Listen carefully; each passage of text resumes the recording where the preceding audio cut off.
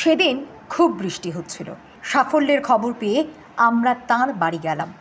গিয়ে দেখি তার ঘরের ছাউনি দিয়ে জল পড়ছে। পরীক্ষায় নজর করা সাফল্যে তার মনে আনন্দ উচ্ছ্বাস থাকলেও ঘরের পরিস্থিতিতে কিছুটা লজ্জা বোধ করছিল। কিন্তু আমরা তাকে বোঝাই, তুমি চিন্তা করো না, তুমি শুধু মন দিয়ে পড়াশুনো করো, উজ্জ্বল ভবিষ্যৎ তোমার অপেক্ষা করছে।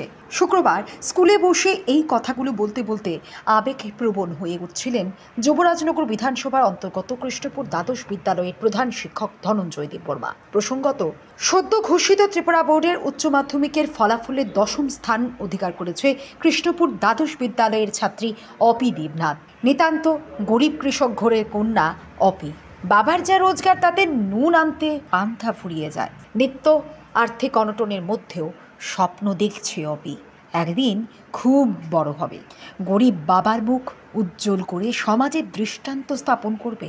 শত বাধা অতিক্রম করে একটু একটু করে নিজের লালিত স্বপ্নগুলি পূরণের পথে এগিয়ে যাচ্ছে অপি। শুক্রবার বিদ্যালয়ে আয়োজিত বর্ণাঢ্য অনুষ্ঠানের মধ্য দিয়ে কৃতি ছাত্রী অপি দেবনাথকে সংবর্ধিত করা হয়। 1953 ইংরেজিতে স্থাপিত এই বিদ্যালয়ের কোনো পড়ুয়া এই প্রথম উচ্চ মাধ্যমিকে সেরা 10-এর মধ্যে স্থান করে নিয়েছে। বদ্ধগ্রামের কৃষক ঘরের মেয়ে অপির এই সাফল্যে বিদ্যালয় কর্তৃপক্ষের বাঁধনহারা উচ্ছ্বাসের মধ্য দিয়েই এই সংবর্ধনা অনুষ্ঠানটি সফল হয়ে ওঠে।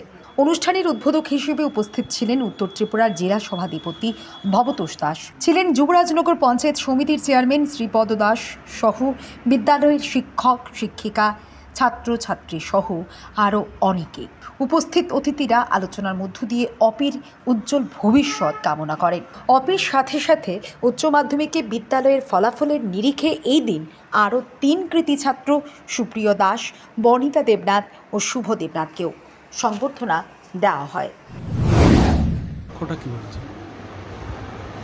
আজকের আমাদের কৃষ্ণপুর দ্বাদশমান বিদ্যালয়ের যে সম্বর্ধনা অনুষ্ঠানটি হয়েছিল, এই অনুষ্ঠানের মূল আসল হলো আমাদের স্কুল থেকে এইবারের TBSCর যে রেজাল্টে আমাদের হায়ার সেকেন্ডারিতে একজন স্টুডেন্ট 10ম স্থান অধিকার করেছিল। তার নাম হলো অপি দেবনাথ।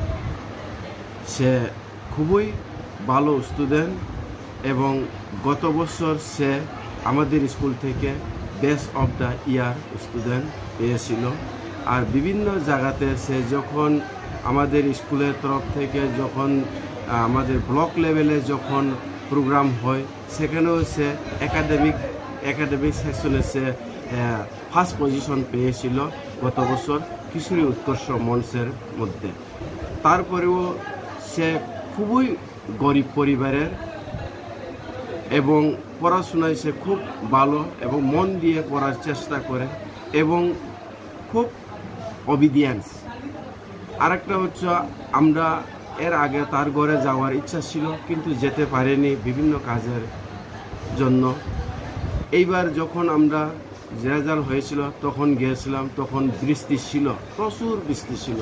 তার বারান্দার মধ্যে ঘরের মধ্যে জল পড়তেছে, আমরা যে জায়গাতে বসছিল সেই জায়গাতেও জল পড়ে। আমরা একটু একটু সরে বেড়াইতাম। সে একটু মনের মধ্যে একটু হালকা হলেও আনন্দের মধ্যে থাকলেও যেহেতু গড়টা একটু বৃষ্টি পড়ে, সে একটু লজ্জা ভাব করেছিল। তা আমরা বলছিলাম আমরা কোনো কিছু না, আমরা অনেক কিছু, আমরা যখন পড়াশোনাতে এগিয়ে যাবে সমাজের জন্য অনেক কিছু করতে পারবে, এরকম গড় থাকবে না। এখন শুধু পড়াশোনা করে যেতে হবে, ভালো রেজাল্ট করতে পারবে। ভালো রেজাল্ট করার জন্য আরও ভালো রেজাল্ট যদি করতে পারি আমরা এইরকম অবস্থা থাকবে না। আর তাকে সাধারণত আমাদের যারা ক্লাস 12-এ ক্লাস করে তারা খুব